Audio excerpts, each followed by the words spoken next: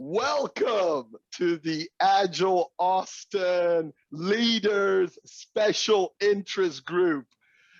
Always like to say it so you're aware that you're in the right place, okay? Folks, we have a full agenda. Let's get straight into it today, December 3rd.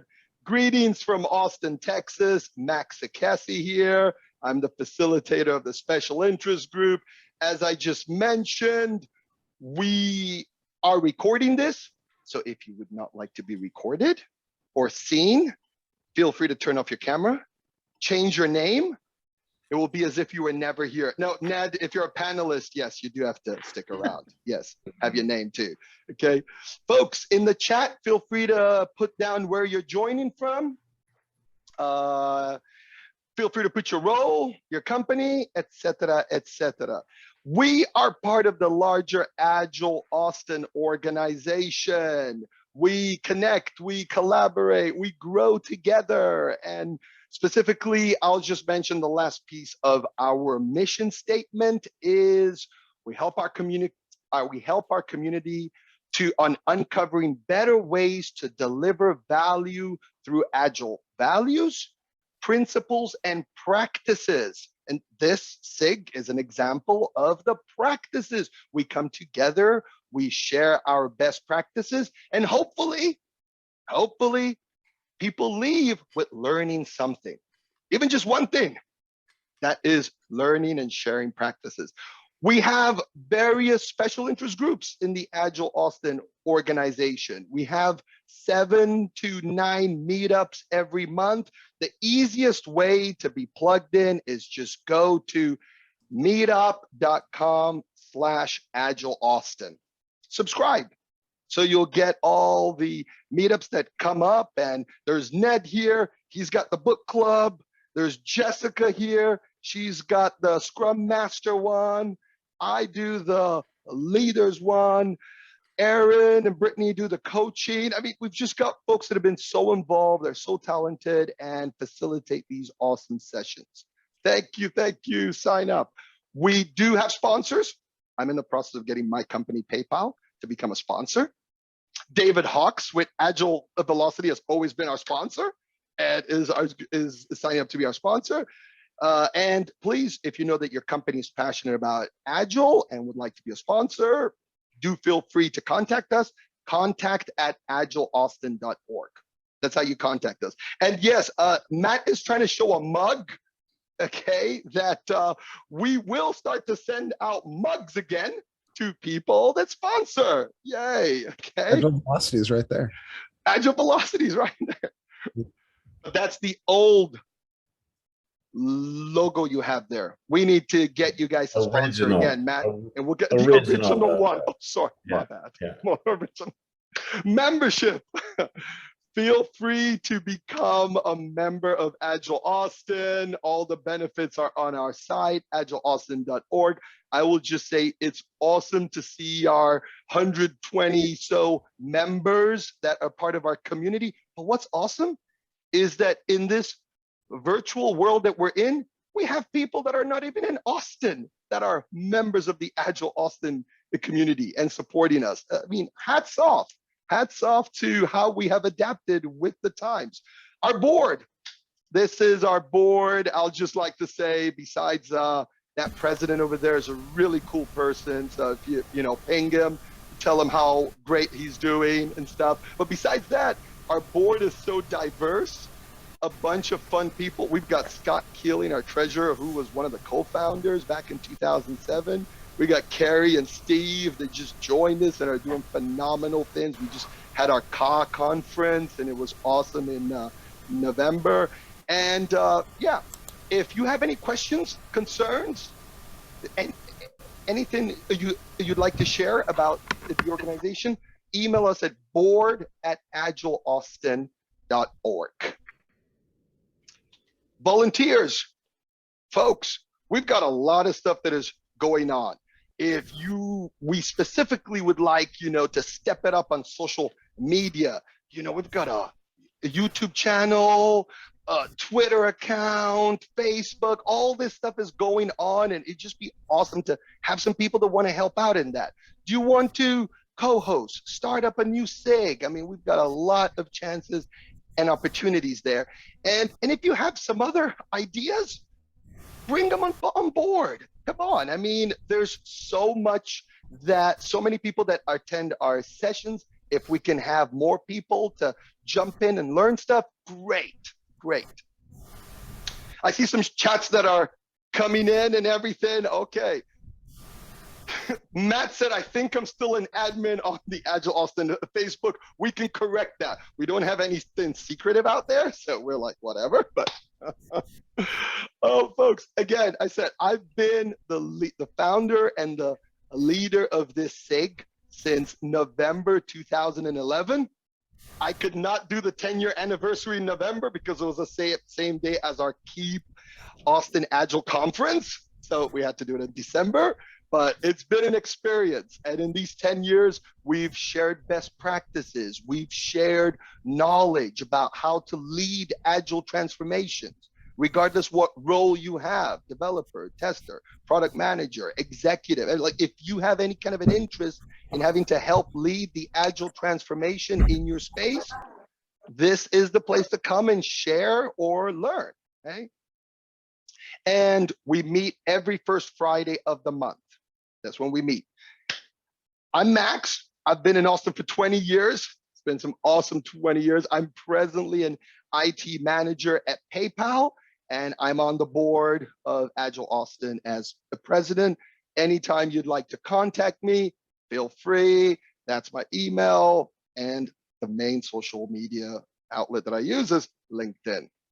Yeah. No SIG on January. Happy holidays and New Year. Okay, let's take a break, and then we'll be back in February for Kemi for Toronto as a speaker, and then we'll have Priya, who just moved down from the Northeast to Austin. It's going to be great to hear from them in the new year. Wow, 2022 already. Okay, but I've got a feeling that things keep on improving, right? From the 2020, it was 2021. We're like crawling out of the hole. 2022. I mean, do you folks feel as if it's going to be good? You feel as if it's going to be good? Yay! I mean, thumbs up. There you go. Thank you. Thumbs up. Jessica is like laughing or crying. I'm not sure which one that is. Yes. Okay. And awesome. We're going to be all right. I'll say this now, and I'll say it at the end. Thanks for showing up, folks. Thanks for showing up, because, you know, it's people that participate, that have interest, that share what they would like to hear from, that share that they would like to share something on here. Thank you for that. It's all about the community that's very engaged in Austin and beyond. And with that, as we get into our conversation for today, I started to think about 2011 and when we started this SIG, and things just started to hit me like tools that I use every time, like, you know, Slack and Uber, they just were not there. Venmo. And then it's just incredible to see the change that has happened. But how about if we just keep it at the Agile Austin Leader SIG? This is very small font, but I went back and I looked at like the topics that we were discussing in 2011, and we were trying to explain to people what a product owner was. That was the whole presentation, 20 slides we went through, and it was like, this is what a product owner is, right? We were trying to explain sprint planning. Like, we were saying, hey, lead an Agile transformation, train people on sprint planning. That's what you, like, if you're doing Scrum, they should at least know how to do sprint planning. And then we had a whole other session on sprint review, and then the retrospective, and then all these things. And I would say, fast forward to now, I just took a look at a few of the sessions that we had this year. And as you see on the right, the 2021 topics, we're talking about the organizational culture of things. But we're talking about having to lead and serve others. Like that whole servant leadership thing has come up with the culture all the time. And then the third one down, in May, we start to talk a lot more about business agility. How to achieve that, how to even think about that. And then the fourth one is emotional intelligence. Again, 2021 compared to 2011, we never talked about social emotional intelligence and all these other things. It's just the evolution of things. It's where we're at. I just thought I wanted to share this as a data point that being here for 10 years and having to do this, I actually see the difference in topics that we discuss and topics that the community asks for and gets value from.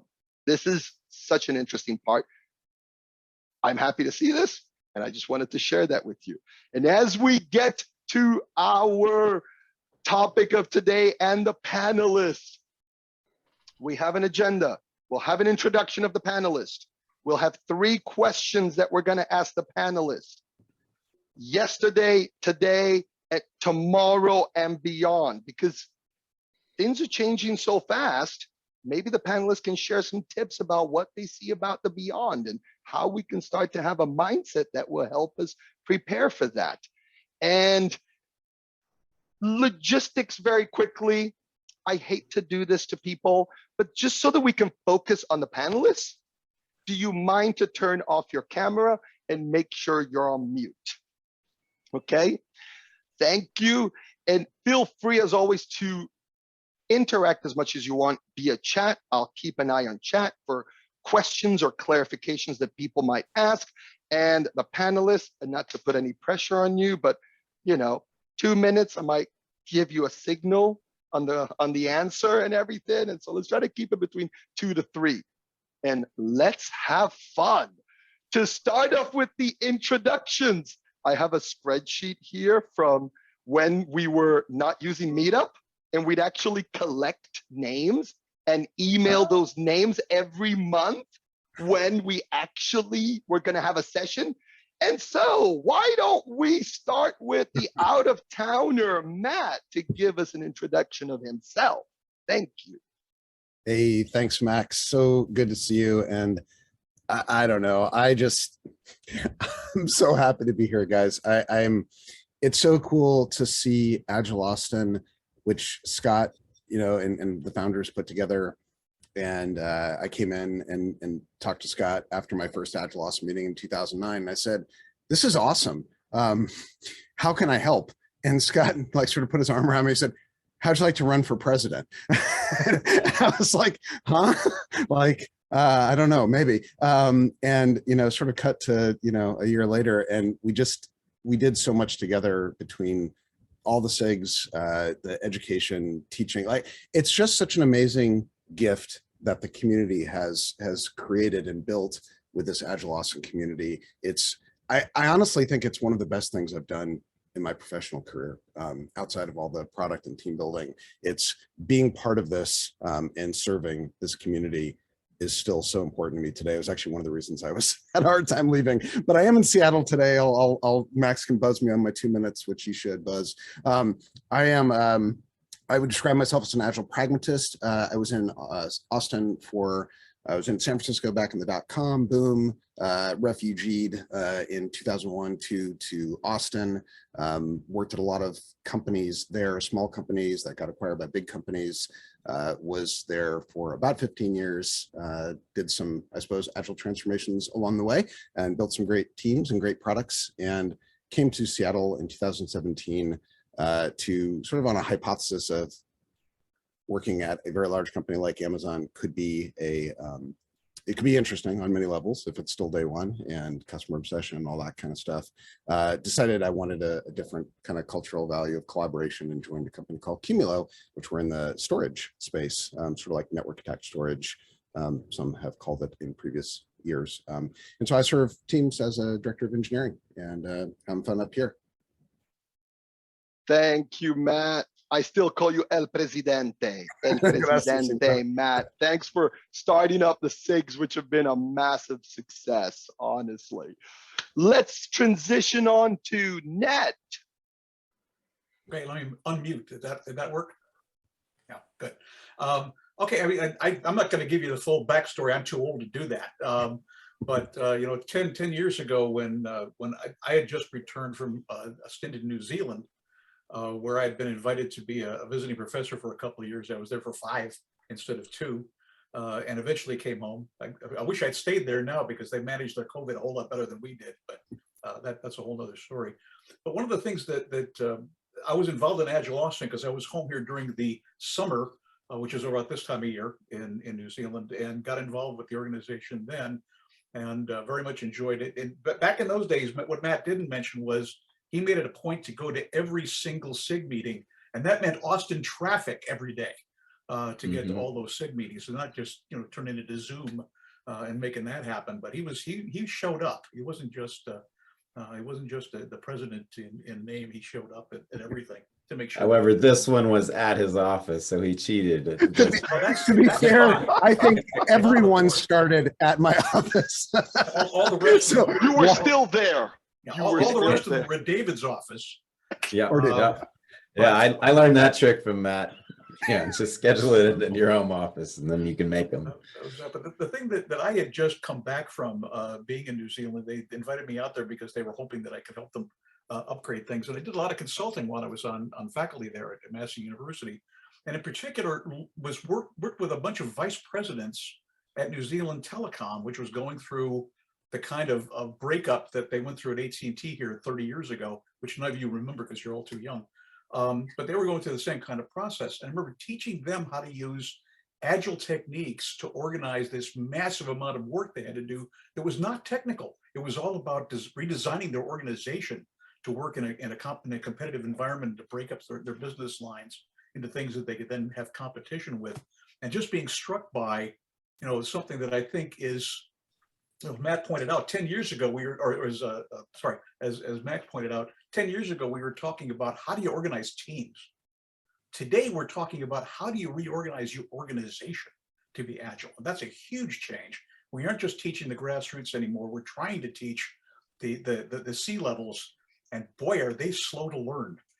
I'll just leave it at that. I've spent most of the time since I got back from New Zealand here at the University of Texas, got tired of being a manager, got tired of being an academic, and I just at U Texas now in the IT department trying to make things run smooth. And I'm giving up on that pretty soon too. So we'll see what else happens next.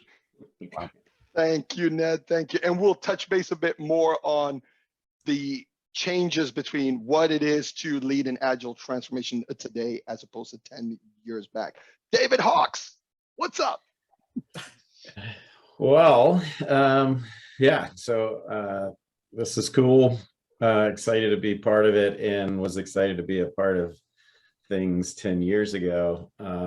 My journey intertwined with Agile Austin as well. Of joined, I don't know if it was soon after. I don't think, Matt, did you and I start on the board at the same time, or was I a year later? 1 year later, yeah. 1 year later, right? So joined Matt on the board, and if Matt's main thing was getting these SIGs going, then I think my main thing was keep Austin Agile going, and getting that kicked off. And that's such a cool thing to have been a part of.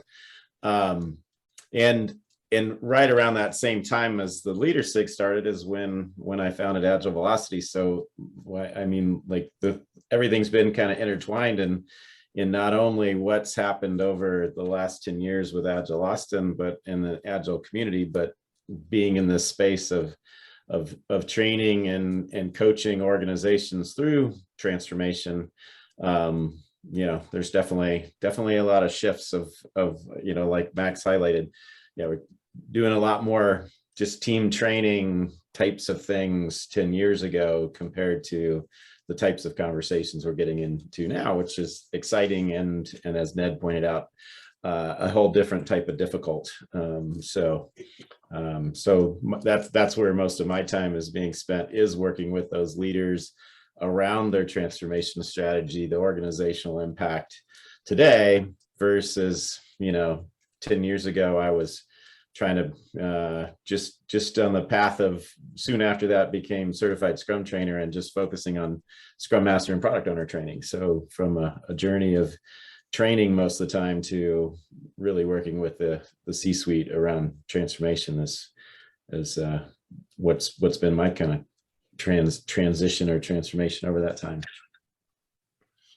Awesome, David. And we'd like to hear some more about that when the question comes up, for sure, because you, as you said, you and Agile Velocity have grown so much. You've been part of the Agile Austin community.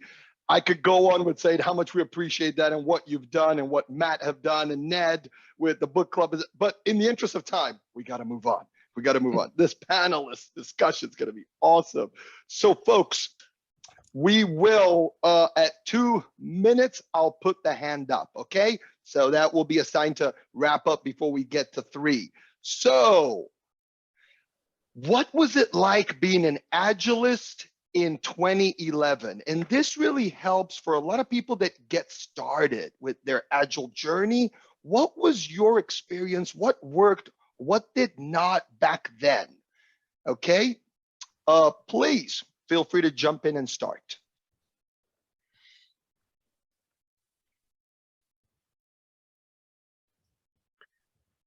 I'll jump in. I was remembering there's a blog post I wrote in 2011, and I don't know, Matt, if you remember that created some drama around, and there's all sorts of interesting posts that went to we had a Yahoo group, was it Yahoo group? Yes, Yahoo email group, right? And the title of this blog was Kanban versus Scrum. So back in 2011 was when the Kanban book came, or 2010, 2011 Kanban book came out, and everybody thought that was the future. Scrum is old, Scrum is dead, Kanban is the future. And I wrote this article, Kanban versus Scrum, and all of a sudden pitchforks and torches came out, and people were like, I didn't think it was that controversial of a topic, but apparently it was. What's been interesting is, I think it was last year, our marketing team came to me and said, you know, that article is still getting one of the most trafficked articles, visitors on our site. And I said, I need to go read it to see if I still agree with that crap I wrote 10 years ago, right? What the hell did I know 10 years ago? And I actually read it, and it was, I still agreed with everything that was in there. I was like, okay. So that's what kind of highlights to me a little bit of the story today, which is we still have a lot of the same problems, but back then, the awareness, I think, from a community perspective was definitely different. And I think so from an Agilist, and I feel like back then we were focused on team. Along the last 10 years, all of a sudden it became about scale.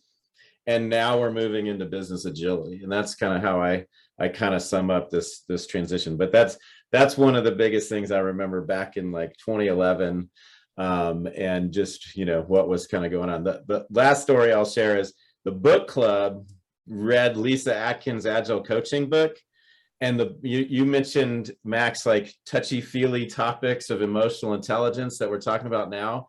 The book club did not, that group wrote terrible reviews of Lisa Atkins' book about how it wasn't touchy-feely, you know, like they were like, this is so touchy-feely and blah, blah, blah, and like, you know. And so I run into Lisa Atkins at an Agile conference a number of years later, and she's like, and I tell her I'm from Austin, and she's like, oh, they hate me there. Because we had a rule that said, if you go to the book club and you put a review on Amazon and you attend the sessions, we will refund the cost of the book. So everybody that attended that book club wrote terrible reviews of Lisa Atkins' book. That was a little bit of what Agile was like in 2011 from my perspective. Oh my goodness, that is awesome and so true. I have the same experience with psychological safety. Speaking about it now is quite all right. Actually, everybody, sometimes I think we speak about it too much because people just talk but don't follow through with the actions. But at least we're talking about it. It is okay. Executives will schedule a meeting on psychological safety. Have you heard about the Google Aristotle project and how psychological safety was the biggest thing for high-performing teams? It's at least okay to discuss it now. 10 years ago, it was not. Yeah. Awesome. Yep. Thank you, David. Who would like to jump in next about the yesterday? Go back in time. Go back in time. Yeah, just to accent David's comment about, we are all looking at things like scaling. How do we scale this thing up from the team? And the contrast with today is now it's all about, I think that the pendulum was swung almost entirely in the opposite direction. It's all about two pizza teams. Right? It's all about, which begs the question: how do you slice up the problems so that a two pizza team can take on a piece of it without having so much chaos between the teams, so much crosstalk, and so forth. We're trying to move the complexity from the team into how do you divide up the team. So that's an interesting contrast, I think, against 10 years ago. As I said, even then we were beginning to look at how do we. The frustration of being an Agile then was, it was relatively easy to walk into a technical team and say, we're going to help you be more productive with some of this technology, some of this organizational technology, and they would embrace it. And the attitude in the C-level office was very often one of, what are you going to do to fix them? And I'm not sure that has changed as much as I'd like it to. Okay, but it was much easier to do things at the grassroots. But as some of us are want to say, your Agile transformation is one C-level change from being destroyed. So we're still in that kind of situation we were then. And I'm not sure that it's so big a difference now. That's Earl's comment, by the way.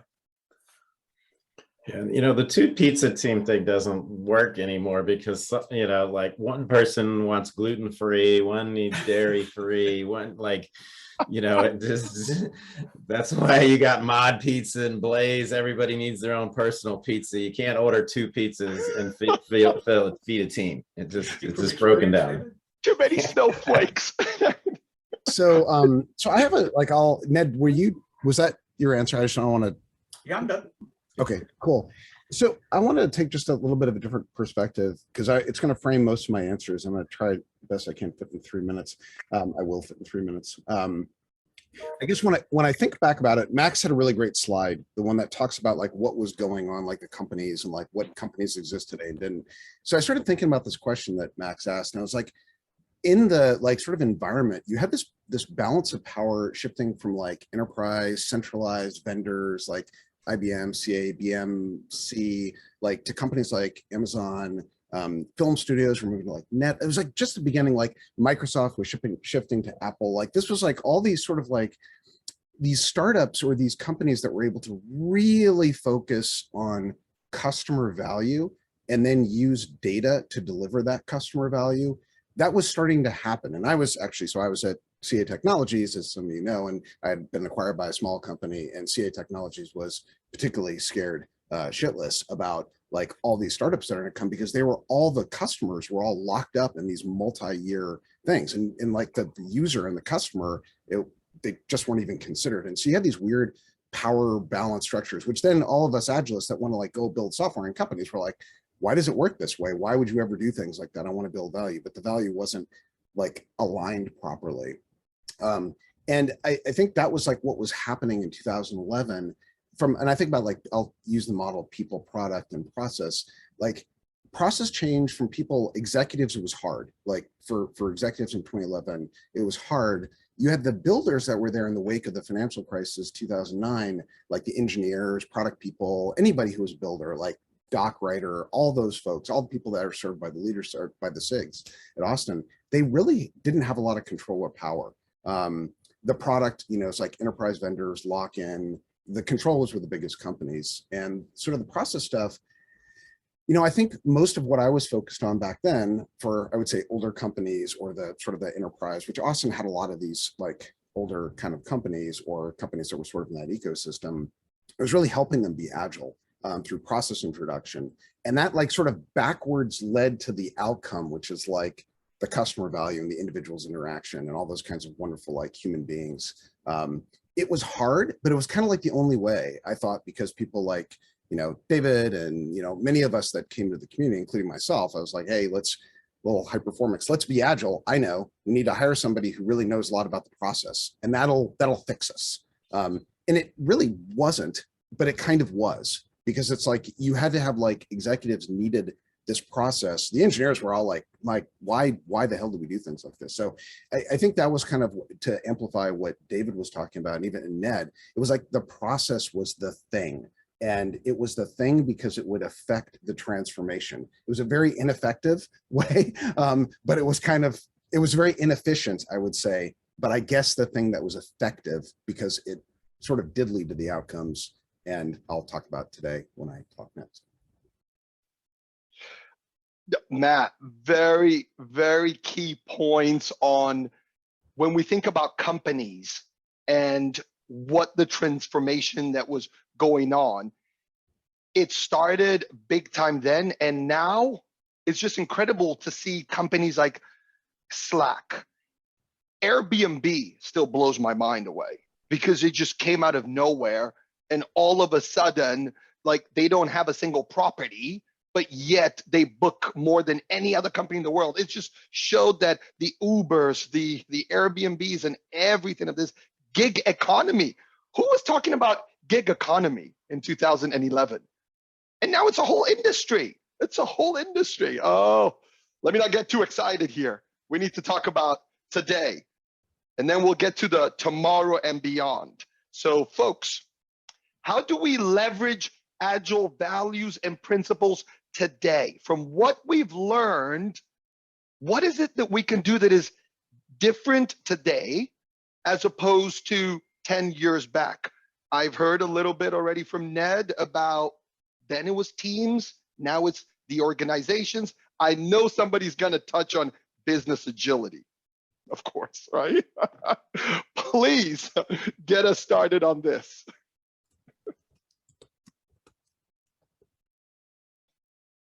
Ned, you're on mute. The most common phrase in the last 2 years. A real quick one. Again, we were talking about Kanban versus Scrum and things like that, and there's a great quote at the front of John Smart's book, Sooner, Safer, Happier, from Mark Lyons. He says, "True organizational agility does not come from following a particular framework or method prescriptively, but by taking responsibility for optimizing your own ways of working that make sense for you." And boy, that is not the present, but that is the opportunity that we now have. And I think that's the direction that I think a lot of us, again, we're talking about business agility, about starting involving everybody top to bottom, where we talked 10 years ago about building our applications in vertical slices. Wow, that was something new. Now we're talking about building our organizations in vertical slices. And I think that's a real sea change, and I think it's a challenge for us today. But that is clearly the way we're going to win. It's not by optimizing any particular area, whether that be ops or development or DevOps or whatever. It's going to be by optimizing the whole organization, and not in any particular, using whatever works. True agility is not if. Don't call it Scrum if it isn't exactly what's in the Scrum guide. That's great branding for Scrum. It's not so good for the rest of us. I'll just take that political position. And Ned, I mean, I like the fact how you says it doesn't have to be about a framework. It doesn't have to be like what works without hating on process frameworks, because we don't hate here. Okay, we just like to share that some other ways might work, which are focused on delivering value to the customer. Right? And thank you for calling that out. I think it's something that always comes up with me personally, even when I start to do like an interview with people to build my team at work. People throw out, I have this cert and this cert and this, and I'm like, that's great, but can you tell me about how you would solve this problem that we have with customer retention on the app? Like, how would you help the team? And it just throws the people off, and they try to go back to a ceremony in Scrum. And I get confused sometimes because I'm like, that wasn't what I asked. Who else? Again, not hating on process frameworks here, okay? Just sharing thoughts. Matt, you're up. Yeah, sure. So there's a couple of things like today to like sort of continue on like sort of in this like mega trends, and then I'll get to the actual answer. Is like I'll say 2021 the I would like, here's my, I don't know if it's not a bold statement, but like the vendors who couldn't, like the folks that provide customer value, almost in all cases, if they couldn't adapt, they're gone. Like all these, like, it's funny because I'm like looking at my mug circa whatever here, and like, I don't know, Rally, CA Technologies, Headspring actually just got, I think, acquired the other day. Like there's just like there's a lot of this, like if you couldn't adapt, Headspring's a fine company, Dustin's here. There's like a lot of really, there are these companies that could not adapt. They're just gone. Like if you weren't agile, if you couldn't respond to change, some very few cases like government and like some military and something like that, they've been just replaced by either this emerging set of the FANG or Fat Man or whatever you want to call, like Facebook, Amazon, Tesla, Netflix, blah, blah, blah, blah, blah. They really have gotten down to a science of figuring out what customers want and then serving that need. I'm going to come back to that need because there's trouble brewing in my third one, and they have built engineering teams and builders and all that kind of stuff, like to actually go off and do that at scale. And this is what's happening. These like new guys, the Snapchats, the Airbnbs, they are now dominant, right? They're the new big folks.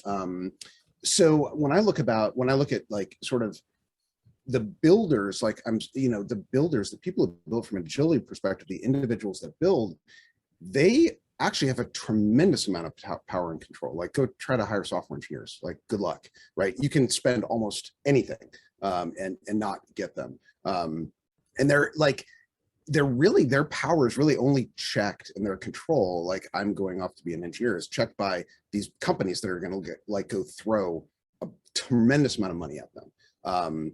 But they're starting to opt out.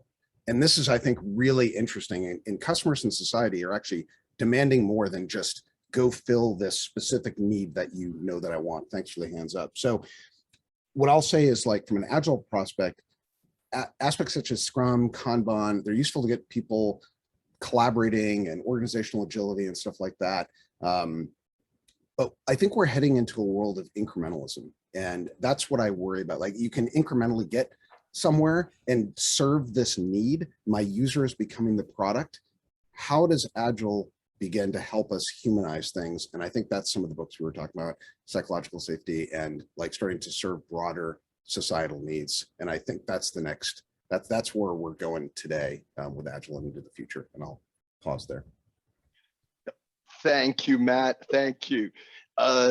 David, we'd like to hear from you, and then I will tag on a question that was asked from folks in chat that pertains to this. David, yeah, and I saw one of them that I think I can work in. So one thing that I think I provide a unique perspective on, or have an opportunity to, is that Austin, I think, has served me and Agile Velocity well, in that Austin, I see our market as an agile transformation coaching training company in two ways. There's really two types of companies: software product companies and IT enterprise companies. And Austin is primarily software product companies. And Austin has been, when I look at the total US market, is definitely Austin was early adopter. Austin was pushing the envelope. Austin was more advanced. Yes. And that allowed me to go into organizations, and like most of what we're doing, everybody in Austin was already doing, right? And over the last 10 years. The thing where I see where we are today is everyone knows Agile, right? And so everybody is doing Agile.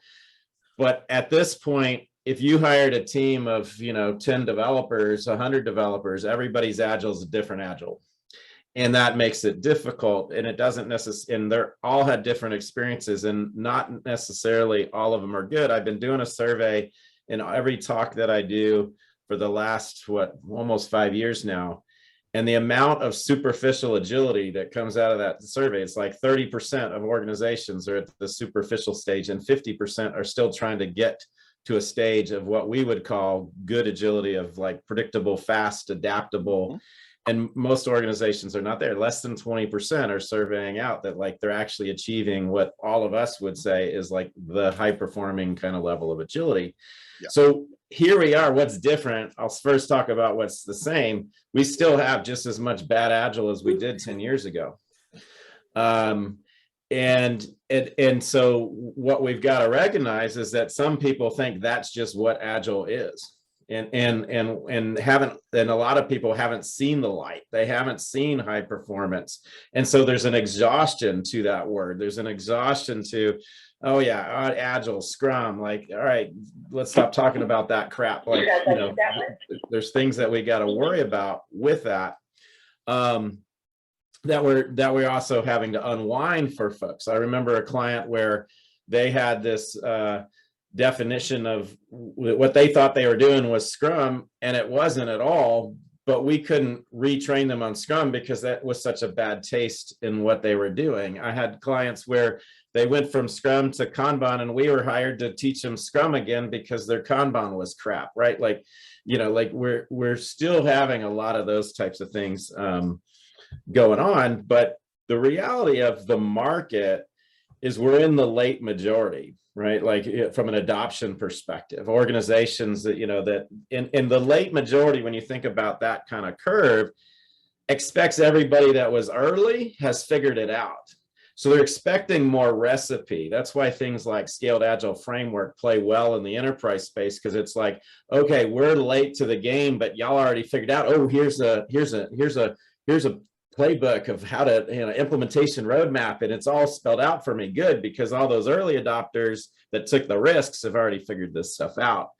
So we've got some of those dynamics that are going on in the market, and I think Ned, you hit on this a little bit, is to say that we've got you know, also I would say 10 years ago everything was in tech, right? It was all tech. Agile was in tech, right? And so there's business agility that I would define as organizational agility, but there's also what I would call business unit agility, which is saying, all right, we're doing agile in marketing, we're doing agile in HR, we're doing agile within other parts of the organization that are not the tech side of the house. And so we're seeing a lot more of that, but they're still in the early, you know, like marketing agility is more of an early adopter than it is a late majority. So they're approaching it in a different way than, and more like what we would have done 10 years ago in a tech group. So they're still trying to figure out, how do I do retrospectives? How do I do sprint planning? Those topics that you put on there 10 years ago, the marketing leaders would benefit from, because they don't have that experience that we've had over the 10 years on the tech side of the house. Thank you, David. Thank you. Lots of good points. David, the one point that you called out there was that a lot of people might not have really ever experienced a high-performing agile team. And that connected with me so much, because in my 12+ years of agile transformation work, there was once that I worked with a team that just blew my mind away. 5 people that sat around a table would grab sticky notes when speaking with the end users, and folks, they put it up on a board, and then whomever had was next in line would grab the sticky note from the wall. It didn't matter if it was development. We all have our sticky notes. Ned, where's your sticky note? Ned, where's your sticky note? Hey, what is it in your pocket? In your pocket. He goes to the supermarket with it, you know, just in case. They would put stuff up on the Kanban board, and it didn't matter if it was development or testing or mapping out the business flow. They would just grab the next in and work cross-functional. Oh my God, we deployed stuff every 3-4 days. Nobody ever talked about a business requirement document. Nobody talked about acceptance criteria aren't the right way and everything. Like, it was just incredible. Never experienced that ever again. That was like 8 years ago or more. Right? Yeah. But one question that came through that really could help people in the audience is, Brian Tweet said, in the last 10 years, what was the most profound thing that you have learned that you still use today? Like, what was something that you learned that you'd say, you know, out of all the stuff, like, this really helped me on my Agile journey, this understanding, because that might be something that people could get some real value from today. Thought leaders like yourself, who would like to go first? This is going to sound very ivory tower, but I think the Cynefin framework is probably the one thing I have seen that I think we're eventually going to put Dave Snowden down next to Karl Popper as a philosopher of science or as a philosopher of how to approach problems, because he identified this area, this way of thinking, and he continues to develop it, because the focus is not on the 4 regions anymore. The focus is on the liminal areas between them. It's on the confusion area and trying to use that well to move from one place to another. This is kind of a foreshadowing of what do you see as the challenges going forward. If you analyze the last 2 years, and you can't look at the last 10 years without thinking about COVID a little bit, COVID lives right there in the chaos dimension. mRNA vaccines are right there in the complicated area. What to do about it are things like masks and jabs and testing, and that's right there in the clear area. So how come people aren't doing those things? It's because public health is in the complex domain. And we're treating it like it's a scientific thing, like it's complicated. It's not, it's complex, and it hasn't been handled that way. And I look at that and I say, this way of this meta philosophy, if you will, that Dave Snowden and his buddies have developed over the last 20 years. I think that's a mental tool that we need to carry into all, like David was saying, we need to carry this into the social areas as well. I think we need to start looking at all the problems. The scientific revolution got us the complicated domain nailed. It didn't do anything for the complex, and it's time to move on. That's our challenge, and that's the challenge to everybody on this call or on this planet, I think, is to really come to grips with, you don't know the answers, learn some humility. 10 years ago, we were talking about transformations. Now I think we're talking about humility. We're in the complex domain. Be humble that you don't know the answers. Try something safe to fail and keep on going, because that's the only way we're going to solve those things. We solved all the easy problems. They're the complicated ones. It's time to go after the hard problems. Yeah. As long as we learn from our failures, it is okay. Oh, you have to try things expecting to fail, but learning and learning and learning. It's the only way to win. Ned, thank you so much on the mindset. One other quick, no, that was awesome, Ned. One other quick answer before we go to our last question of the day. Oh yeah, I'll have one. Profound. So hard. It was so hard to figure out which lesson. We brought, we being either Agile Austin or IEEE Computer Society, because I was doing both at the time. It might have been a joint jam. I can't remember. Martin Fowler, I think he was one of the original signatories of the Agile Manifesto. I think we brought him. I don't know if you guys remember. We brought him in to talk about Agile high flute and stuff. And what he sort of did is he put I don't know, I'm going to prepare for my, I'm going to depart from my prepared remarks, which I don't think he had them, but that's the way I think of it. And he started talking about diversity. And he started, I don't know what year this was, but it was somewhere in the 2011 through 2014 time range. And he said, what you all need to do is you need to go off and build diverse, he didn't say inclusive, but the teams to be agile, you need people that are representative and people that are, if you have diverse teams and you have people, then you can respond to change better. And diversity in all thought and mind and background and gender and all these kinds of things. And I think we were talking about, he was like, it's pretty, easy to go find conference speakers like me. There's a lot of us out there. And so to go off and find people to go speak, it's hard. Go do the work. It wasn't quite like a manifesto, but it was very, and this is how I remember it. And I remember listening to him and thinking that sort of yeah, I'm a pretty progressive guy. I like white guy, all these things. And I'm but I'm sort of surrounded by these. Anyway, when it comes to agility, and I'm actually going to talk about this in my future thing, that has really informed a lot of what I think about. I start I'm very proactive. I count, I look at how many people to represent as women, because there's multiple reasons. There's a societal impact, and it is very complex, this sort of how do you get this? But there's also the, it's actually effective. When you have diverse teams, you actually build products, because there's lots of people out there in the world who are not white guys. Your customers are diverse also. Their customers are diverse. So you can respond to change so much better when you have that diversity of perspective at all levels, right?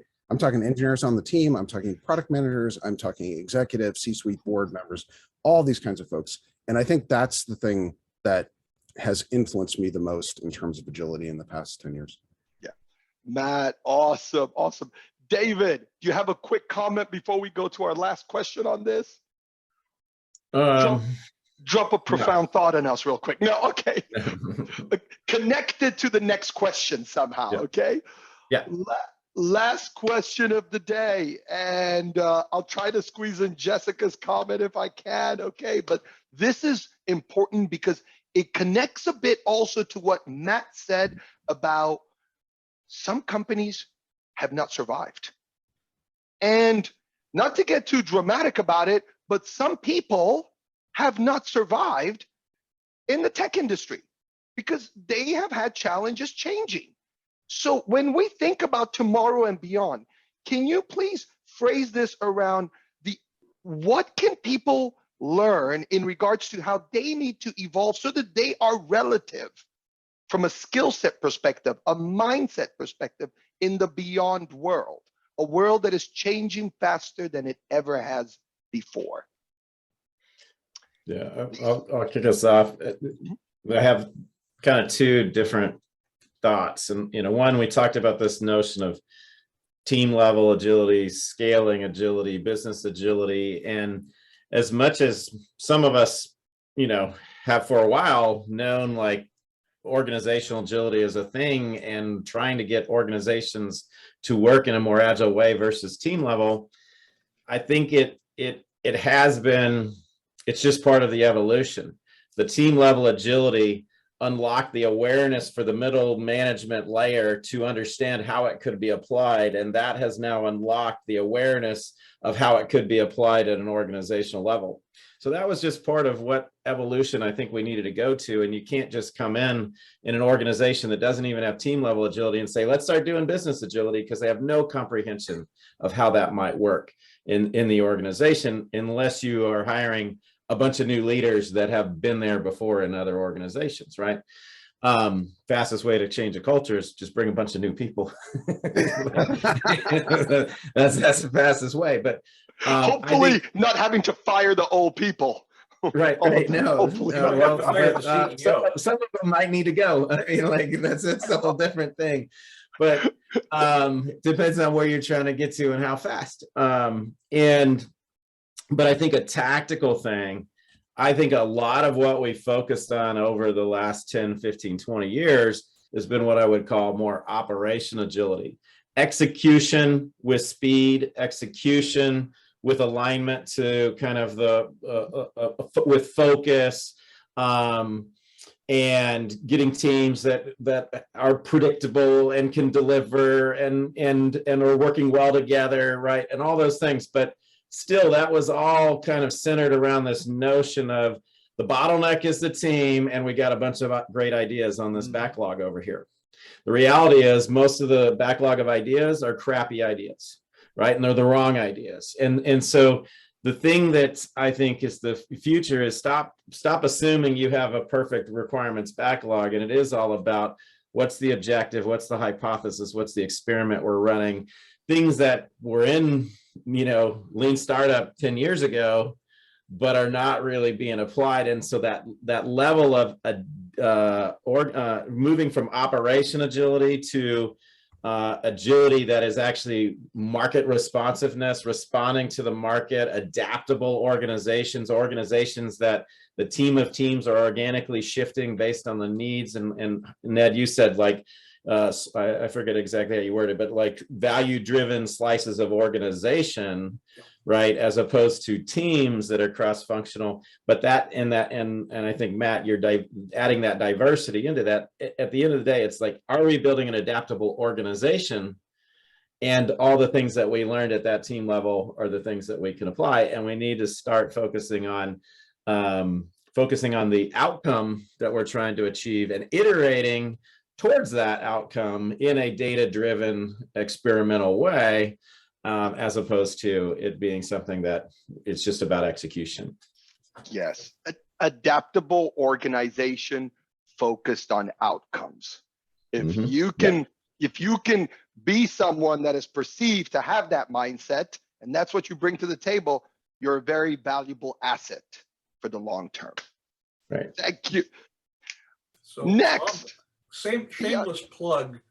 We are reading John Smart's book, Better Value, Sooner, Safer, Happier, in the book club. We started reviewing it last night. We're still reading it for another couple of weeks. Go get a copy and read that, because it's all about business agility, and it's all about, you know, being able to turn the big ship by being adaptable, by being what you need. So if you want to prepare yourself for the future, join the book club.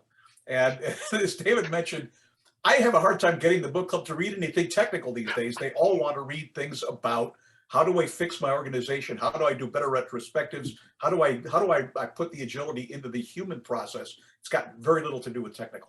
Yeah, and put that link of the book club, please, Ned, in the chat. Oh, okay.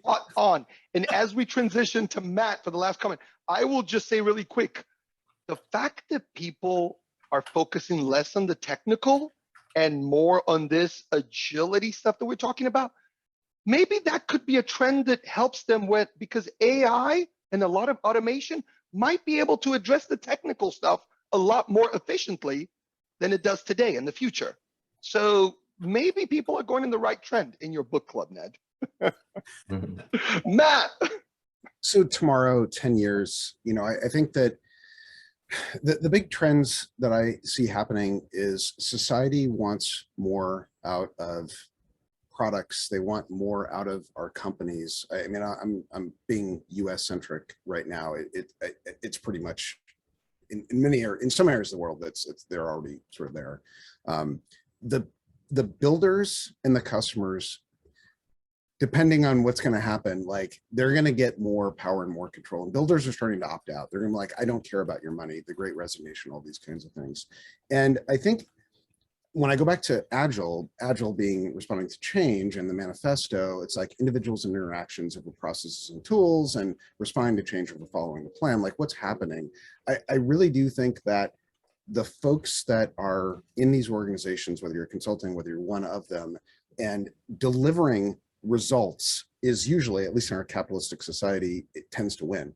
And I think there are many things that we all can do if we just have like mindfulness, intentionality, and we're explicit about what we want to do.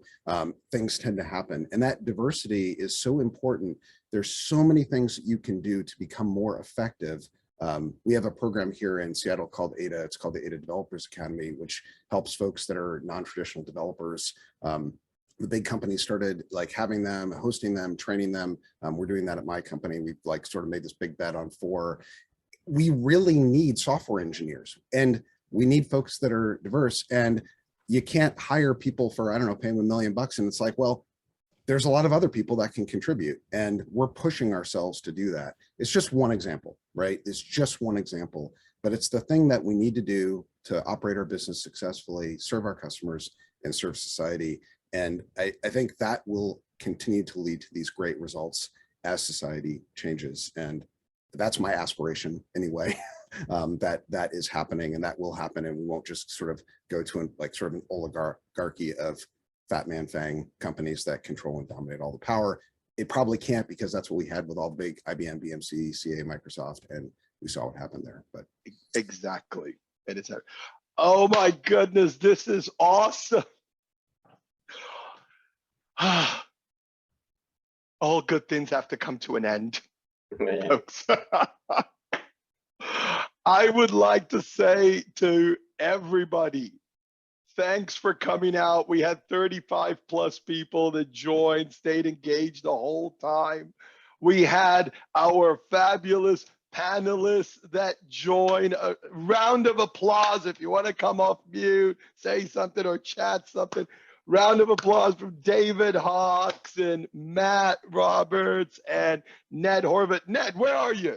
You turned off your camera. You still there? Hey. Disappeared. Thanks. Thank you, Max, for putting this together. This was awesome.